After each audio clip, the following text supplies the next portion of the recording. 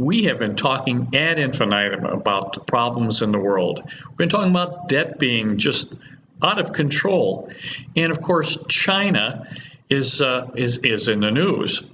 Now, we talked just a few days ago about the Chinese shadow banking industry, how they are collapsing in their loans. Part of that is the fact that they're not getting their money repaid from the money that they've lent out.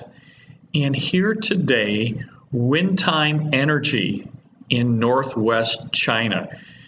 It was originally just a small coal company.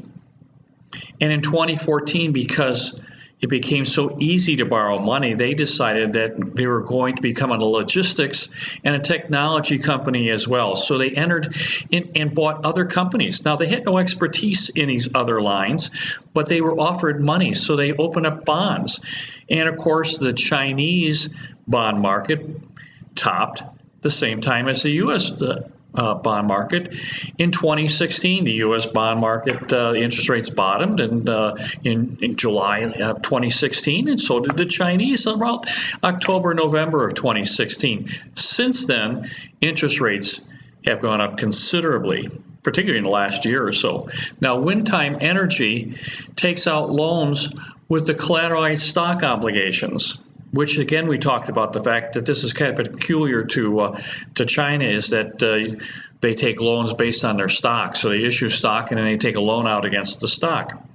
Well, lo and behold, Wintime Energy cannot pay $1.5 billion of yuan, which is about $300 or $400 million. They can't pay the bond. It comes due, they default on it.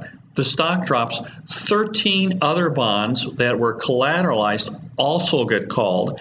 So instead of it being $1.5 billion, now it's over 10 billion yuan that Wintime Energy is on a hook for. And of course, they can't pay any of these. So now they have 14 loans that they're defaulting on for about $1.5 billion of U.S. cash. So pay attention to this. This is going to happen across the globe. Money was so easy that companies that really had no business borrowing money were lent all kinds of cash. And now we're getting into the late stage of a business cycle, and a business cycle is completing. And these companies, which I call a zombie company, struggle to make their payments. They don't deserve to be in business. And the last time we had an abbreviated 2008, we really had an abbreviated recession because the Federal Reserve stepped in and liquidated the economy.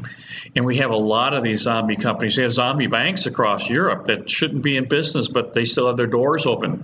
So now Wintime Energy is in default. And of course, this is just going to be a symptom. You're going to see a lot of these. So pay attention. I know that the news is pretty good, but just pay attention. There's undercurrents here that are not so good. So pay attention. If I can help in any way, let me know. Thank you so very much. Bye-bye now.